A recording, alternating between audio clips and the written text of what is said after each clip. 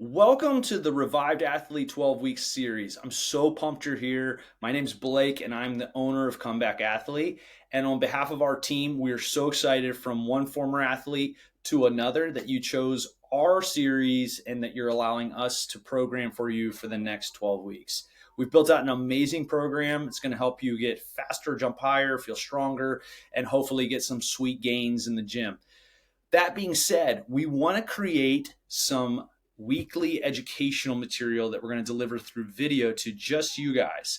And we want this to be something that helps you get the most out of the program. So we want you to listen to the video, take some of the notes that we're going to ask you to think through and write it on Coach RX so that you can refer back to it. And also we know that through research, once we write things down and engage with our thoughts, we actually get much more out of that material than had we just listened. So that being said, what we're going to talk about today is self-regulating. And why we like to start here is we really want to control the controllables. As I said, I was a former athlete. And when I played college football, one of the things that I noticed was that a coach would tell me when I had to be somewhere, what I had to do when I was there, what time I was eating, what time I was studying. And so a lot of regulating was already done for me. When I left college, I had to learn how to regulate myself. I had to learn how to think through, when am I going to work out? What am I going to do? How hard do I go? What's the purpose? And so there became a lot more responsibility for me as an athlete and how I was going to stay fit. I want to help you think through that with what we call the 3 R's at Comeback Athlete. And that is rate of perceived exertion, read your biofeedbacks, and regulate intensity based on reality. So let's break those 3 down.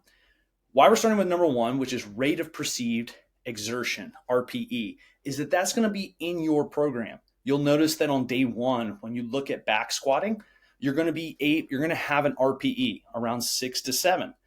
We like using RPE because for the former athlete, it gives you a little bit of subjectivity based on your biofeedback markers. Meaning, if I didn't sleep real well the night before, and I've had a really stressful fight with my spouse, or I was up late with sick kids, or the promotion at work didn't go to me and went to someone else, and I'm bummed about it.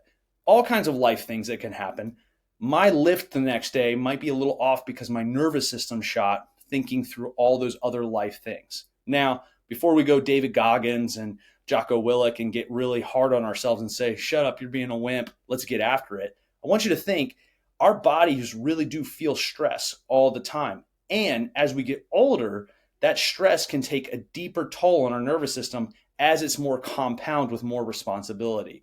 So that being said, it's really important to know what RPE is in the intent of the program. The other thing is, as the designer of the program myself, there is an intent on how we build off those RPEs from week to week. So if it's a 6 or a 7 RPE, don't be trying to hit an 8 to 9 to 10. What does that mean? If I get to the end of my 4th rep and I'm not sure I can get the 5th rep of the 4x5 back squat, I might be pushing more into a 9 or 10 RPE. That's not where we want to be, especially on week 1, as we're going to be continuing to build on that. A lot of times people can get much stronger and much better results if they actually stay in the 7 to 8 RPE with good technique, good range of motion, and great recovery. So let's think smarter, control the controllables, and stick to the RPE that's prescribed. Now, number 2, reading your biofeedback. What this means is, how did you sleep the night before? How are you really, really hungry today? Do you have sharp consciousness today, or do you feel brain fog? Those are things that your body's telling you. Pay attention to those things. That doesn't mean you're a wimp or a loser. It means that your body is trying to communicate something to you. So pay attention and become smarter about who you are.